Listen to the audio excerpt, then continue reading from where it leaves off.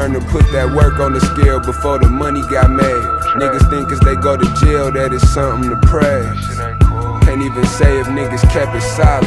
Whatever happened to them niggas gotta wait. You already know this Strictly Stop episode 3, but we gonna get right into it. I ain't got time for all the intro and all the extra, you feel me?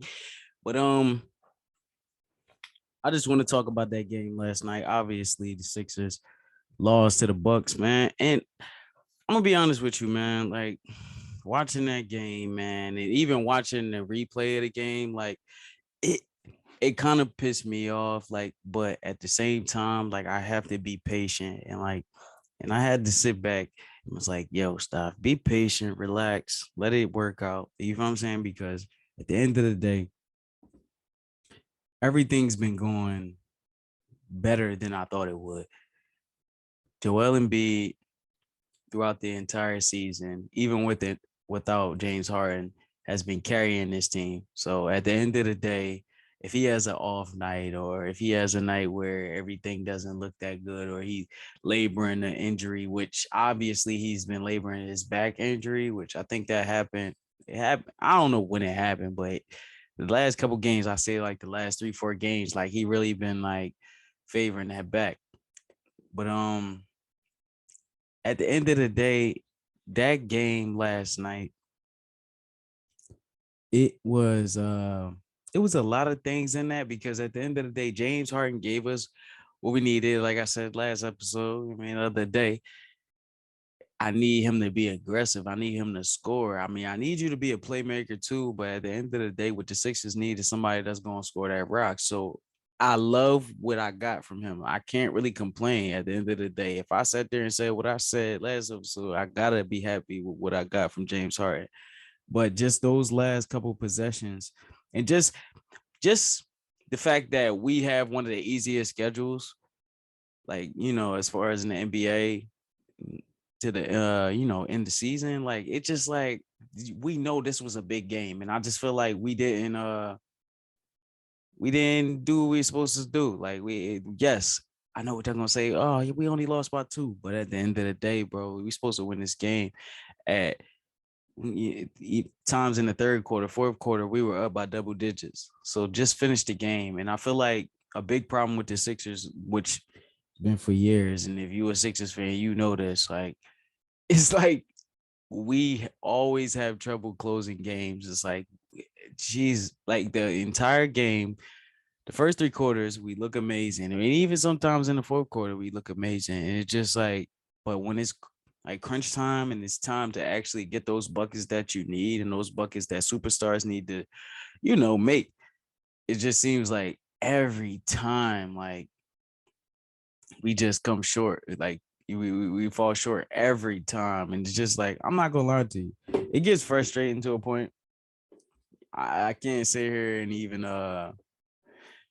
can't sit here and even lie to you, but like at the same time, it's just like I gotta be patient because yes, we do have a big addition to the team with James Harden. So it's just like to be patient, but at the same time, it's just like I'm so tired of seeing the same thing, Like it's just like as a Sixers fan, we watch the process and we watch all of these bad games and we watch all this bad play, all this bad basketball. So it's just like you want to see good basketball.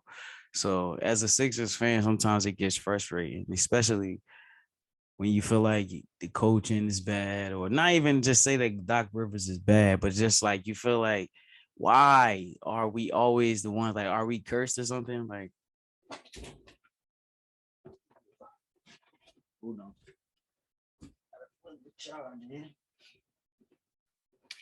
But yeah, but just be feeling like, oh, we cursed or something, man. Like, and it just like as a Sixers fan, it gets sickening to a point. Like, James Harden and B had a couple chances to end that game. They didn't make the shots, obviously, but I was just a little bit disappointed, and I'm like, and I'm praying and I'm hoping and everything like that Embiid is okay, and like for this playoff run that Embiid is going to be healthy because like we need it. Please, the last thing the Sixers need is for Embiid to be unhealthy going into the playoffs and be laboring a back injury. So yeah, I mean, I really, I really feel like that game last night, man, it meant a lot. We lost only by two.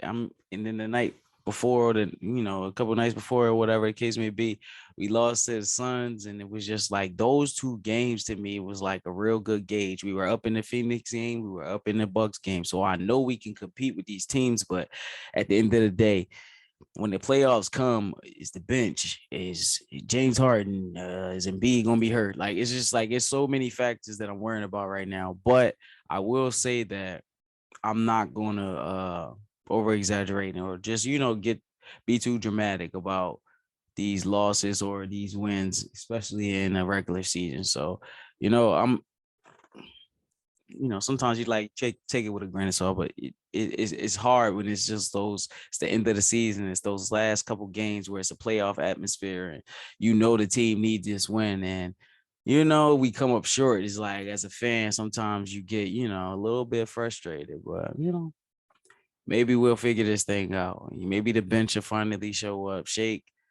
Cork Maz, all those guys, even Paul Millsap. I mean, the DeAndre Jordan, everybody on the bench. Like it's just Danny Green. Like he started hitting more shots. I will say that, but it's just like we need to get it together as an entire unit. And it's like I have faith, but it's just like it's hard to be patient when it's only it's less than 10 games left in the season and playoffs gonna ramp up. But I will say the fact that it's about a week because of the play in and all that stuff like that, that we'll have that rest.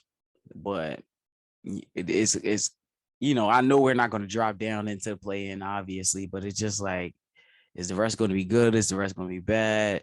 You know how that goes every year. So I don't know. And then it's like, what is the seeding going to be? So it's just like, I believe this NBA season is one of the most interesting seasons ever because just the fact that we don't know who's going to win a championship.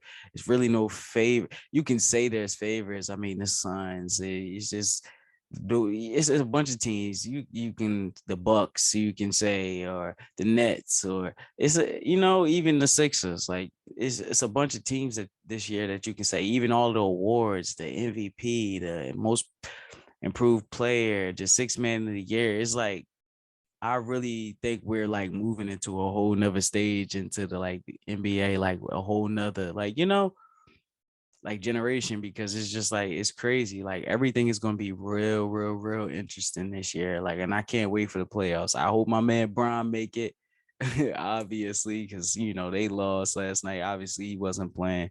Mavericks cooked them. So, obviously, I hope they make it. But it's just like I really believe that this year is gonna be like one of the most interesting years that we've ever seen in the NBA, like in the playoffs. And I like it because the regular season, it get boring at times. We ain't gonna so yeah, and really it's just like it get to a point where it be like all these players is out, and it's just like Jesus Christ, can these dudes play like damn man, what is going on?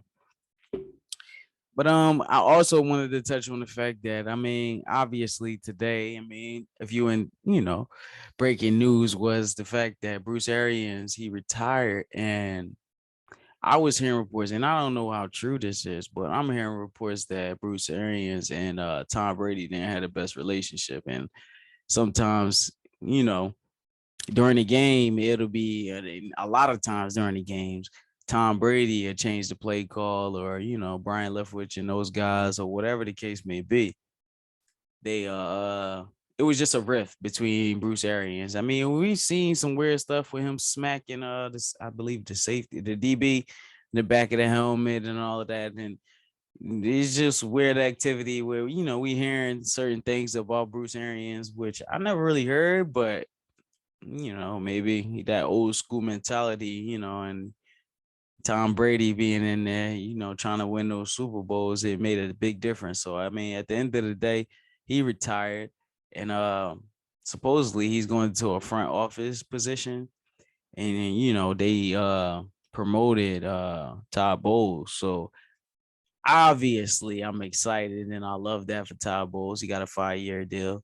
And that's love. I mean, at the end of the day, I wanted him to get another, I wanted him to get a head coaching position and he got it. So I can't, it's like you can't be mad at the end of the day. And I love it. Anybody that says it's a bad hire or whatever the case may be, I would love to debate with you. Like I would love to talk to you about that because I think it's a great, you know, promotion or hire or whatever you want to call it. Because at the end of the day, when he was with the Jets and even with Tampa Bay, his defense, he's always been a defensive minded coach and he always been a great coach. Like even in his Jets years with Mark Sanchez and all them dudes and stuff. So at the end of the day, I believe it's a great hire and I believe they went in the right direction. So, Byron Leftwich and maybe those guys, a couple of those other assistants, maybe they'll get, some other opportunities. But I'm glad that he got that 5-year deal.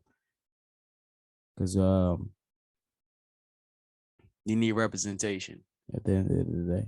It's just that simple.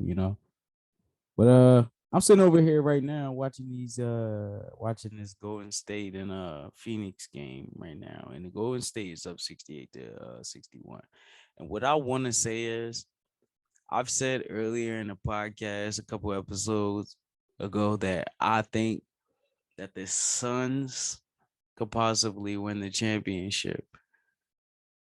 I've changed my mind. When Steph Curry comes back, I believe that people need to worry about the Warriors. And they really need to worry about them. The fact that they have Jordan Poole playing like he's playing and like Ethan Jonathan Kaminga, like all these guys, Otto Porter, all these guys coming off the bench. Gary Payton, the third or whatever, second, third, whatever he is. You feel me? But anyway, they're deep. So I don't know, man. I'm really feeling like the Warriors might make some noise or whatever. Memphis is cool, Denver cool. All these teams is cool. I just really feel like watch out for the Warriors, man. They might make another run. They might make another run. But I mean, that's all I got for y'all right now, man. I'll holler at y'all in a couple days, maybe tomorrow. You feel me? But yeah, I just want to get at y'all with a couple quick topics that I said, just stuff that was on my mind real quick. But it's stuff, man. I'm out of here. You feel me?